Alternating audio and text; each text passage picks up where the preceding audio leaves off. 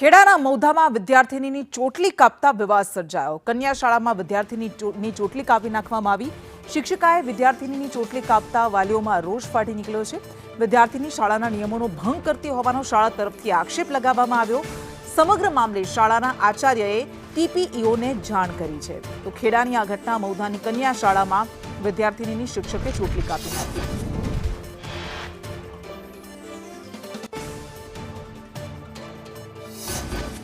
અમે અહીંયા એનો જે તપાસ છે એ તપાસ કરીશું અને જે તપાસનો જે અહેવાલ જે છે અહેવાલ અમે વડી કચેરી રજૂ કરીશું અને વડી કચેરી અમને જે આદેશ આપશે એ આદેશ અનુસાર અમે કાર્યવાહી કરીશું।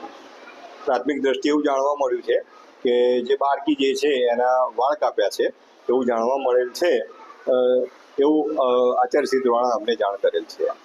શા માટે એનું કારણ એવું છે કે શાળાની અંદર આ શાળાનો જે નિયમ હતો કે 2 ચોટલા વાળી અને હંમેશા બાળકો જે છે આવવા જોઈએ એ અનુસંધાને આ બાળકીએ વાળ જે છે એના ખુલ્લા હોવાથી આ અનુસંધાને બેને શિસ્તના ભાગરૂપે એક અમલવારી કરે છે એવું આચાર્યશ્રી દ્વારા અમને જાણ કરેલ છે। નમસ્તે, હું મુસ્લિમ છું।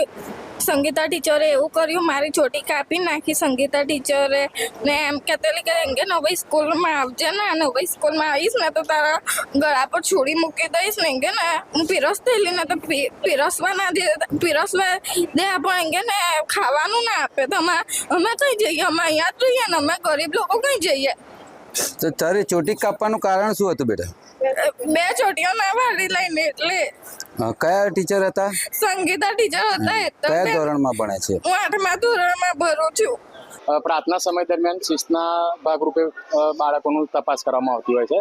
તો એ સમય દરમિયાન પણ એવી તપાસ ચાલતી હતી તો ઘણા બાળકો વારની ચોટલી 2 વારીને આવવાનું હોય, વારેલી નથી તો બેન દ્વારા એને બતાવે કે જો ભાઈ નહીં વારીને આવું તો હું તને તારા વાર હું કાપી કાઢે। તો બેનનાથી ભૂલથી કાતર વડે વાર થોડા કપાઈ ગયેલા।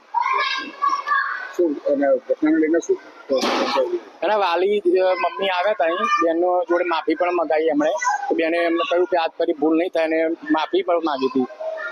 આ સિવાય એમને લેખિત ફરિયાદ ના, એવી કોઈ ફરિયાદ અમને કરવામાં આવી નથી। એવા કહેતા હતા કે તમને લેખિત ફરિયાદ કરીશું પણ એમણે કરી નથી એટલે અમે પણ બેનને ખાલી માફી લખાવી હતી,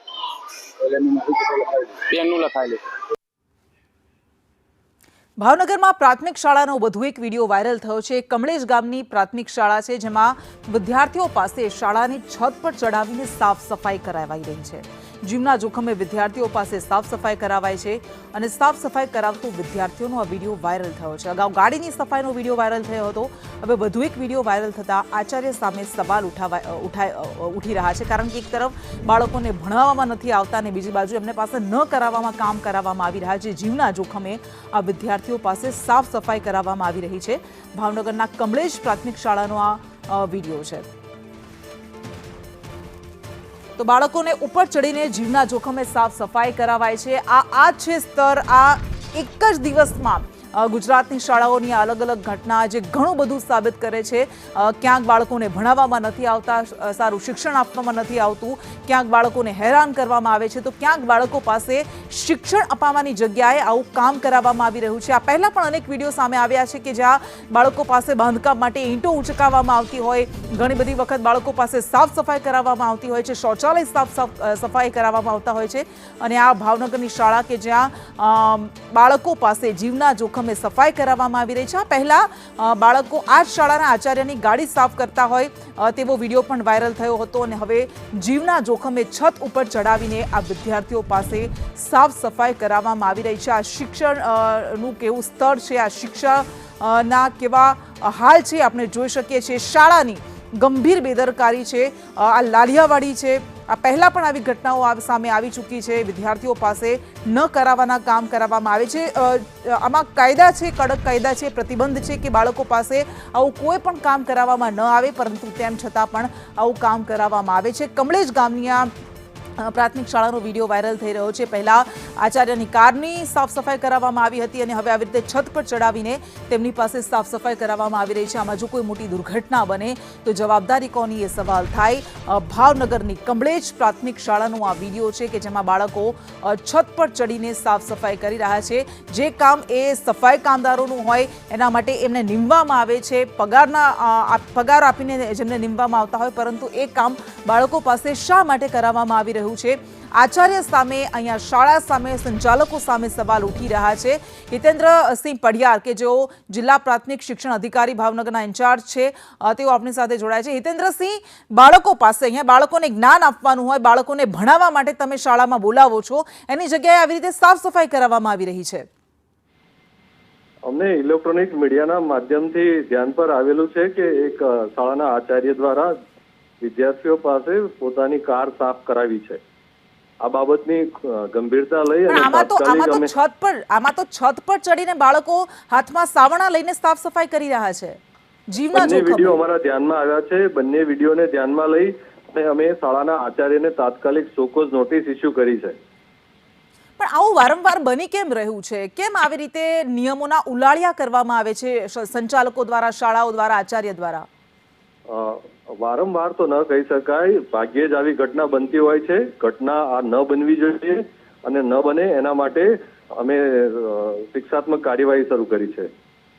ઠીક છે, આભાર આપનો। જીતુભાઈ સાંગા કમળેજ ગામના જાગૃત વાલી છે, તેઓ આપણી સાથે જોડાયા છે। જીતુભાઈ, અધિકારી તેઓ કહી રહ્યા છે કે આવી તો ભાગ્યે જ ક્યારેક ઘટના બનતી હોય છે, પણ ભાગ્યે પણ કેમ બનવી જોઈએ? આવી રીતે ભાગ્યે તમને હા તમને વાત કરું કે 26મી જાન્યુઆરીનો કાર્યક્રમ હતો।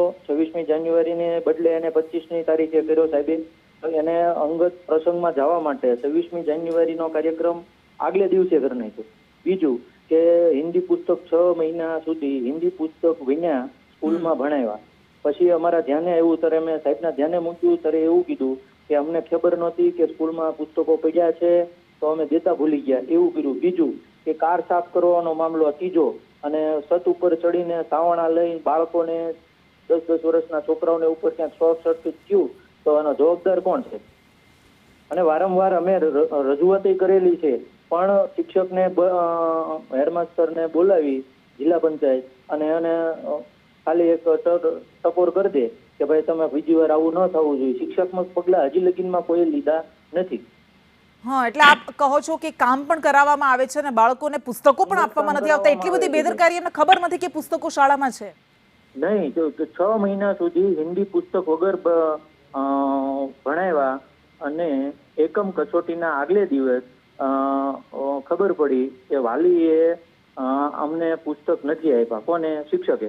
એક વાલીને કીધું વિદ્યાર્થીએ, પપ્પા મને એક હિન્દીનું પુસ્તક આપી દો, એમ લાવી દો। એટલે એને કીધું કેમ તને સ્કૂલમાંથી નથી દેતા? અમે તપાસ કરી કે સ્કૂલમાંથી આપ્યા જ નથી। પછી સાહેબને ફોન કર્યો કે અમે ભૂલી ગયા, અમારા સિવાય આવ્યા નથી, નવા જવાબો આપ્યા કરે છે। અને આવું તો કેટલા સમય છે? બોલાવી એને બેસાડી અને ઠપકો આપી દે જિલ્લા પંચાયતમાં, મારી હાજરીમાં આપેલો છે। પણ સાહેબ આવું તો કેટલા સમય હાલ છે શિક્ષક સાથે, આવા નાના ભૂલકાઓ સાથે? એક નહીં, અસંખ્ય આવી બાબત તો એકવાર આવી છે। અને વિડીયો જયારે ઉતાર્યો ને બેન, ત્યારે ખુદ પ્રિન્સિપાલ છોકરાઓ મોટર સાફ કરે છે અને પ્રિન્સિપાલ ફરતો આંટો મારે છે, પણ જે ભાઈએ વિડીયો ઉતાર્યો છે ત્યારે શિક્ષક બંધ કર્યો ને વિડીયો ઉતારવાનું, પછી શિક્ષક આવ્યા છે। બાકી શિક્ષકની જ ઓલાની અંદર એને સૂચના આપી હતી કે આવડાને તમે કાર સાફ કરો। એટલે આ કેટલી શરમજનક સ્થિતિ છે જીતુભાઈ, આભાર આપનો। કેટલી શરમજનક સ્થિતિ છે આ દર્શાવે છે, ક્યારેક કાર સાફ કરાવાય છે, ક્યારેક છત સાફ કરાવાય છે, પણ ભણાવાતા નથી।